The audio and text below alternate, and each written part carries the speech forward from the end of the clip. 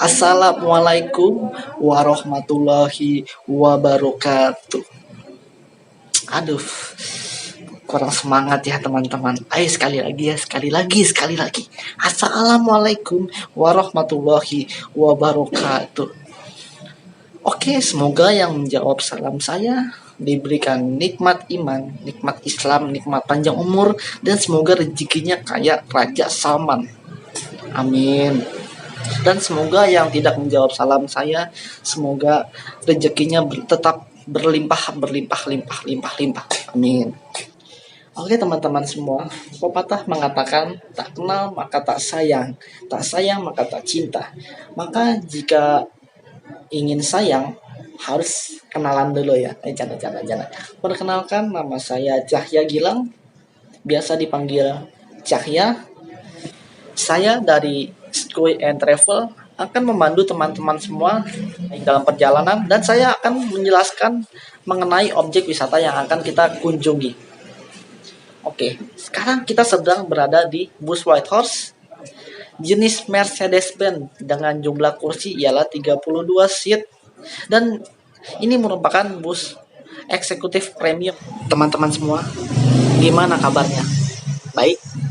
Ya, misalkan kabarnya baik, insya Allah melihat muka saya jauh lebih baik daripada yang kemarin. Dan untuk teman-teman yang kabarnya kurang baik, insya Allah semoga diberikan kebaikan oleh Allah Subhanahu Wa Taala. Amin. Allah Tuhan yang Maha Esa. Amin. Oke teman-teman semua, sebelum kita melakukan perjalanan panjang, alangkah baiknya kita itu berdoa. Menurut kepercayaan masing-masing, mulai selesai. Baik teman-teman, kali ini kita akan menuju ke salah satu objek wisata yang ada di Yogyakarta. Objek wisata kali ini sangat seru. Ya, saya yakin teman-teman pasti akan puas. Ada yang tahu nggak namanya apa? Ya, betul sekali. Nama objek wisatanya adalah objek wisata Kali Biru yang terletak di Kulon Progo, Yogyakarta. Setelah teman-teman semua puas melihat pemandangan alam yang berada di Kali Biru, selanjutnya kita akan menuju ke salah satu objek wisata budaya yang berada di Desa Bangunjaya, Kecamatan Kasihan, Kabupaten Bantul, Daerah Istimewa Yogyakarta.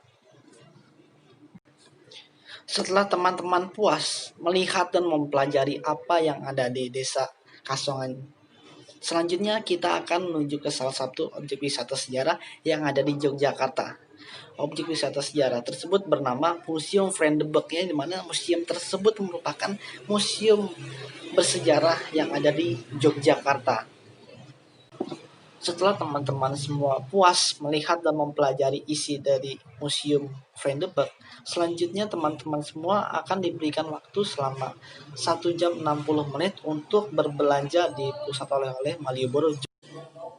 Halo teman-teman semua, kali ini kita sudah sampai di salah satu objek wisata alam Kali Biru, Yogyakarta.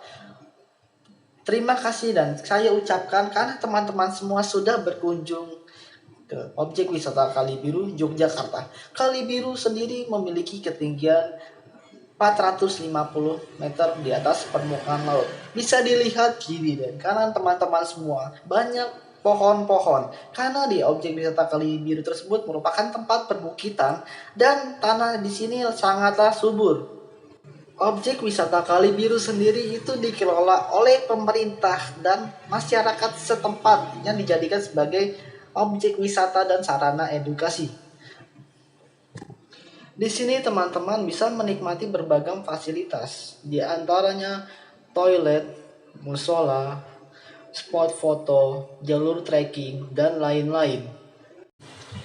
Oke teman-teman semua, kali ini kita sudah sampai di Puncak Kali Biru, Yogyakarta. Di tempat tersebut merupakan tempat spot foto yang paling terkenal. Bisa dilihat kiri dan kanan teman-teman semuanya, pemandangannya sangat indah. Tetapi sebelum menjadi objek wisata pada saat ini, pada tahun 1930 tempat tersebut dijadikan sebagai permukiman penduduk yang dihuni oleh penduduk masyarakat sekitar, yang dimana masyarakat sekitar tersebut berpencarian sebagai petani. Pada tahun 930 sampai dengan 1945, pemerintahan Hindia Belanda menetapkan bahwa sebagian perkampungan yang terletak di Kalibiru Yogyakarta itu harus dipindahkan karena lokasi tersebut akan dijadikan kawasan hutan penghasil kayu. Penduduk yang tinggal di kawasan tersebut dipaksa keluar dan tanpa diberikan uang sepeser pun atau diberikan kompensasi. Sehingga mereka yang tidak mampu melawan keputusan Hindia Belanda menyebabkan rakyat itu terpaksa keluar dari kawasan dan tinggal di sekitar kawasan yang telah ditetapkan oleh pemerintahan Hindia Belanda. Pada tahun 1945 sampai 1949, kawasan hutan Kalibiru tersebut diambil alih oleh pemerintahan Indonesia dan dijadikan sebagai hutan negara. Untuk luas kawasan Kalibiru sendiri ialah 1047 meter persegi. Setelah pemerintah Indonesia menetapkan Kalibiru sebagai hutan negara pada tahun 1949, akhirnya pada tahun 1949 sampai dengan 1964, Kalibiru tersebut mengalami penghijauan karena pada saat itu pemerintah Indonesia melakukan reboisasi yang dimana fungsi-fungsi dari hutan Kalibiru itu berfungsi secara baik dan di sana pun tidak ada pernah mengalami kekeringan. Setelah itu pada tahun 1964 sampai dengan tahun 2000, hutan negara tersebut kritis karena pada saat itu Kalibiru tersebut telah terjadi pemberontakan oleh Partai Komunis Indonesia atau PKI yang menyebabkan kerusakan ekosistem yang ada di Kalibiru Indonesia. Bahkan pada saat itu sering terjadi bencana longsor. Setelah itu pada tahun 2003 diterbitkannya izin sementara pengelolaan HKM atau hutan kemasyarakatan. Terus selanjutnya pada tahun 2008 diterbitkannya izin tetap usaha pemanfaatan hutan kemasyarakatan. Selanjutnya tahun 2008 baru izin tetapnya. Oke teman-teman semua, selanjutnya kita akan menuju ke salah satu objek wisata budaya yang ada di daerah istimewa Yogyakarta, yaitu Desa Kasongan. Kali ini kita sudah sampai di Desa Kasongan. Bisa dilihat kiri dan kanan teman-teman semua keadaan masyarakat Desa Kasongan. Kasongan sendiri pada awalnya merupakan tanah persawahan milik penduduk desa yang ada di Yogyakarta. Pada masa penjajahan Hindia Belanda atau zaman kolonial Belanda di Indonesia, daerah persawahan tersebut ditemukan seekor kuda yang mati. Diperkirakan kuda tersebut milik reserse Belanda. Karena si pemilik rumah tersebut takut dijatuhi hukuman oleh pihak Belanda, akhirnya pada saat itu pemilik tanah tersebut melepaskan tanahnya tersebut atau pertanian itu secara cuma-cuma kepada pihak Belanda. Jadi ada yang unik teman-teman. Pada saat masyarakat yang sudah tidak memiliki lahan pertaniannya, mereka itu mulai aktivitas baru. Aktivitas barunya ialah mereka mulai mengelola tanah liat, yang dimana tanah liatnya tersebut dibentuk sedemikian rupa, yang dimana tanah liat tersebut diempal-empal atau diremas-remas terlebih dahulu. Tanah liat tersebut dibentuk sedemikian rupa sehingga tanah liat tersebut dapat digunakan untuk peralatan dapur atau peralatan mainan anak-anak. Tanah liat tersendiri itu dihasilkan dari lahan pertanian. Tetapi masyarakat Desa Kasongan pada saat ini mulai memanfaatkan bahan-bahan lainnya di sekitar lahan pertanian. Di antaranya ialah rotan, kayu, batok kelapa, dan lain-lain guna memperoleh hasil yang lebih baik. Perkembangan pesat Desa Kasongan dalam pembuatan gerabah yang cantik dan ciamik berasal dari seseorang yang sangat berjasa yang bernama Sabto Hudoyo. Sabto Hudoyo siapa sih? Sabto Hudoyo merupakan seseorang seniman besar dari Yogyakarta yang dimana mereka ikut andil dalam membantu mengembangkan Desa Kasongan dengan membina masyarakatnya yang sebagian besar pengrajin untuk memberikan berbagai sentuhan seni yang dimana sentuhan seni tersebut dapat dijual kepada khalayak masyarakatnya. Baik teman-teman semua, kali ini kita sudah sampai di Museum Sejarah Vredenburg Yogyakarta. Museum Vredenburg Yogyakarta dibangun pertama kali pada tahun 1760 oleh Sri Sultan Hamengkubuwono I. Hal tersebut atas permintaan Belanda pada masa gubernur dari Direktur Pantai Utara Jawa yang dipimpin oleh Nicholas Harting.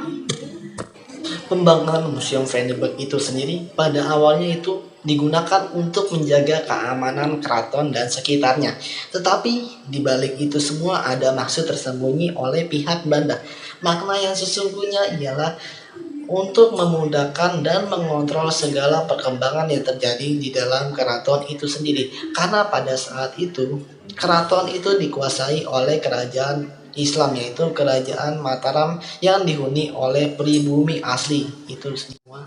Pada awalnya, benteng ini bernama Benteng Rustenburg yang memiliki arti ialah tempat peristirahatan. Tetapi pada tahun 1765 sampai dengan 1788, benteng tersebut berganti nama menjadi Benteng Vredenburg yang memiliki arti ialah Benteng Perdamaian.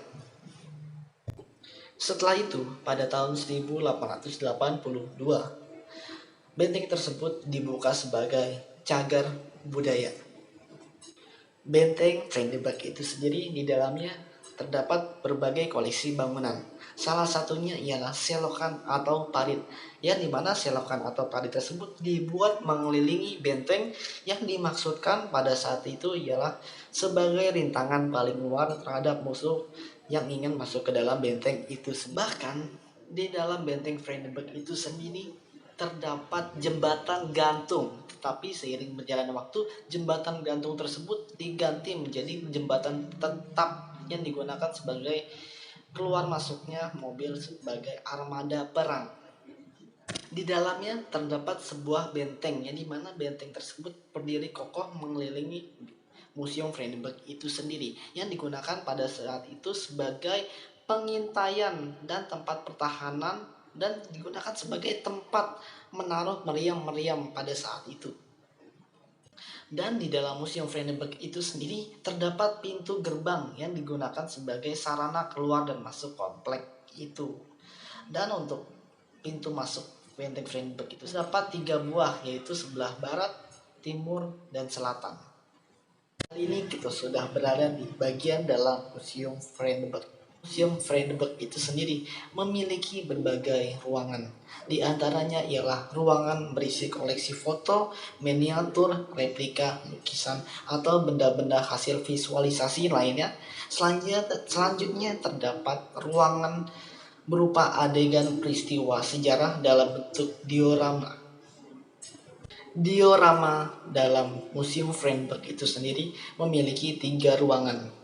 Yang pertama, ruangan diorama 1 terdiri dari 11 buah, yang di dalamnya berisi perjalanan sejarah pada masa perang di Ponorogo sampai masa pendudukan Jepang di Yogyakarta pada tahun 1825 sampai dengan 1942. Untuk ruangan yang kedua itu berisi 19 buah diorama yang di dalamnya menggambarkan suatu peristiwa sejak proklamasi atau awal kemerdekaan Indonesia sampai dengan agresi militer Belanda I pada tahun 1945 sampai dengan 1947. Oke teman-teman semua, untuk ruangan yang ketiga memiliki 18 diorama yang menggambarkan peristiwa sejarah sejak adanya perjanjian Renville sampai dengan pengakuan RIS atau Republik Indonesia Serikat pada tahun 1948 sampai dengan 1949. Untuk acara yang terakhir, teman-teman akan berbelanja di Malioboro, Yogyakarta. Tolong jaga barang bawaan Anda. Setelah teman-teman semua puas berbelanja di Malioboro, Yogyakarta, tak terasa tur kali ini sudah selesai. Saya Cahya Gila mengucapkan terima kasih. Minal aizin wal faizin, mohon maaf lahir dan batin. Mohon maaf jika terdapat salah kata, tingkah laku, dan lain-lain. Assalamualaikum warahmatullahi wabarakatuh. Salam kenal semuanya.